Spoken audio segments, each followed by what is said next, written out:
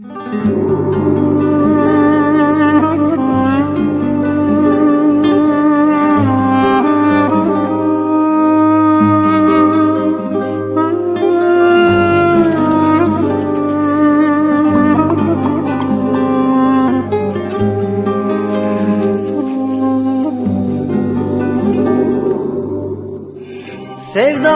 gönül verdim, düşürdü beni dillere.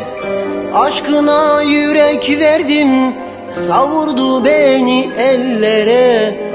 Ne senle ne de sensiz söz geçmiyor bu yüreğe. Yar beni, can o beni, sakla beni hep serinde. Sevemem senden başka, gözüm arar gözlerini. Dil söyler kalbim ağlar, yürek çeker özlemini. Kulağımdan sesini, gözlerimden hayalini. Atamam ah atamam, sen olmayınca yapamam. Kulağımdan sesini, gözlerimden hayalini.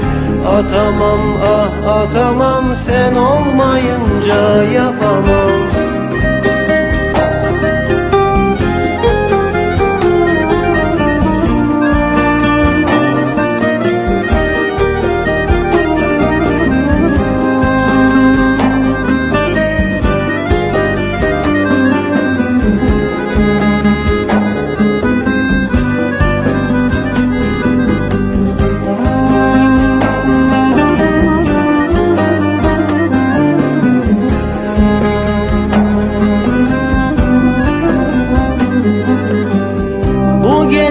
Daha sensiz, daha da sessiz geçiyor.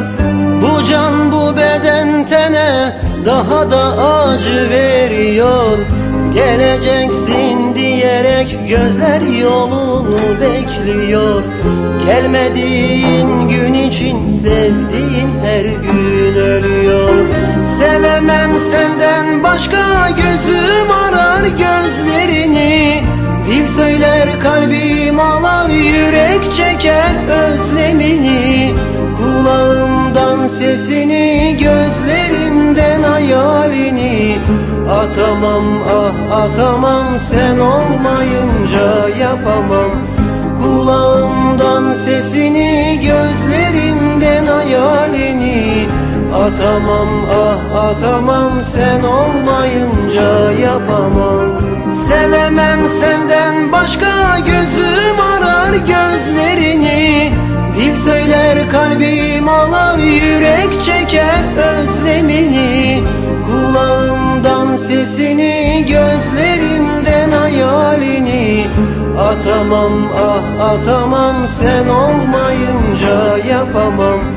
Kulağımdan sesini, gözlerimden hayalini. Atamam ah atamam, sen olmayınca yapamam.